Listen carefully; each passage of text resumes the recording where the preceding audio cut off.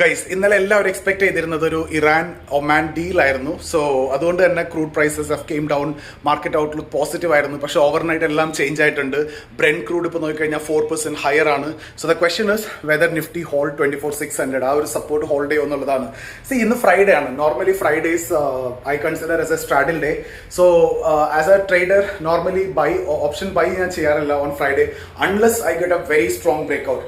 So normally എന്താ ചെയ്യുന്നതെന്ന് വെച്ച് കഴിഞ്ഞാൽ when you get an up move I sell a call, അതുപോലെ തന്നെ ഡൗൺ മൂവ് കിട്ടിക്കഴിഞ്ഞാൽ ഐ സെൽ എ പുട്ട്. അതുപോലെ തന്നെ ഈ ഒരു അപ്പ് മൂവും ഡൗൺ മൂവും നോർമലി ഓപ്പണിംഗിൽ തന്നെ കാണിക്കും. കാരണം ഫസ്റ്റ് ഒരു അപ്പ് മൂവോ അല്ലെങ്കിൽ ഏതെങ്കിലും ഒരു വൺ ഡയറക്ഷണൽ മൂവ് വരും, ആ സൈഡിൽ പ്രീമിയം ഇൻഫ്ലേറ്റ് ചെയ്യും. അപ്പ് മൂവ് വരുമ്പോൾ കോൾ പ്രീമിയം ഇൻഫ്ലേറ്റ് ചെയ്യും, അവിടെ സെൽ ചെയ്യാം. ഡൗൺ മൂവ് വരുമ്പോൾ പുട്ട് പ്രീമിയം ഇൻഫ്ലേറ്റ് ചെയ്യും. അതിനുശേഷം അവർ വലിയ റേഞ്ച് ക്രിയേറ്റ് ചെയ്തിട്ട് അതിനിടയിൽ സ്റ്റക്ക് ചെയ്യാണ് നോർമലി ഫ്രൈഡേസ്. സോ നോർമലി ഞാൻ ബൈ ചെയ്യാറില്ല അൺലെസ് അത്രയും നല്ലൊരു ബ്രേക്ക് ഔട്ട് ഇല്ലാന്നുണ്ടെങ്കിൽ. സോ അതും ഈ 45 മിനിറ്റ്സിനുള്ളിൽ ഇത് സംഭവിച്ചില്ല എന്നുണ്ടെങ്കിൽ ആഫ്റ്റർ ഒരു 40 മിനിറ്റ്സിന് ശേഷം സിംപ്ലി അറ്റ് ദ മണിയിൽ സ്ട്രാഡിൽ സെൽ ചെയ്തിട്ട് വെയിറ്റ് ചെയ്യും. അതിനുശേഷം എന്തെങ്കിലും മൂവ് വരാണെന്നുണ്ടെങ്കിൽ അത് അഡ്ജസ്റ്റ് ചെയ്യും.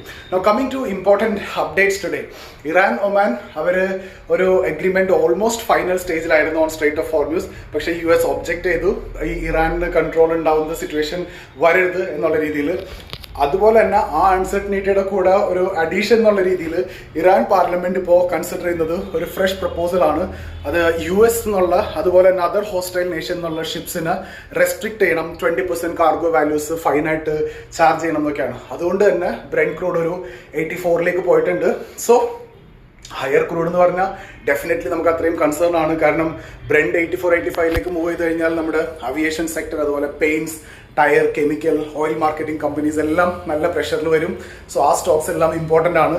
അതുപോലെ US മാർക്കറ്റ് നോക്കിക്കഴിഞ്ഞാലും സ്ലൈറ്റ്ലി ലോവർ ആയിട്ടാണ് ഇന്നലെ ക്ലോസ് ചെയ്തത്. അതിന് കാരണം the job data which is going to come ahead. Okay, അതുപോലെ തന്നെ എനിക്ക് തോന്നുന്നത് അതൊരു പാനിക് അല്ല, അതൊരു പ്രോഫിറ്റ് ബുക്കിംഗ് ആണ് നമുക്ക് മനസ്സിലാക്കാൻ പറ്റുന്നത്.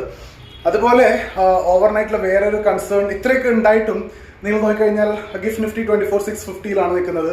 അതായത് നമ്മൾ ഓപ്പൺ ചെയ്യുന്നത് 24,600 ലെവലിലായിരിക്കും.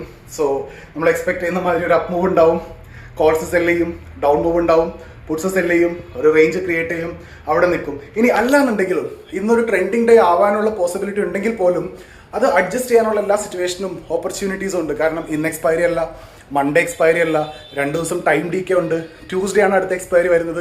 സോ അങ്ങനെ വരുമ്പോൾ സെല്ലേഴ്സിന് എല്ലാ കൺട്രോളും ഉള്ള ദിവസമാണ് ഫ്രൈഡേ. അതുകൊണ്ടാണ് ഞാൻ പറഞ്ഞത് നോർമലി ഞാൻ ബൈ ചെയ്യില്ല. സോ 24,600 ഒരു ഇമ്പോർട്ടൻറ്റ് സപ്പോർട്ടാണ്. അത് ഹോൾഡ് ചെയ്ത് കഴിഞ്ഞാൽ 24,750 വരെ പോവാം.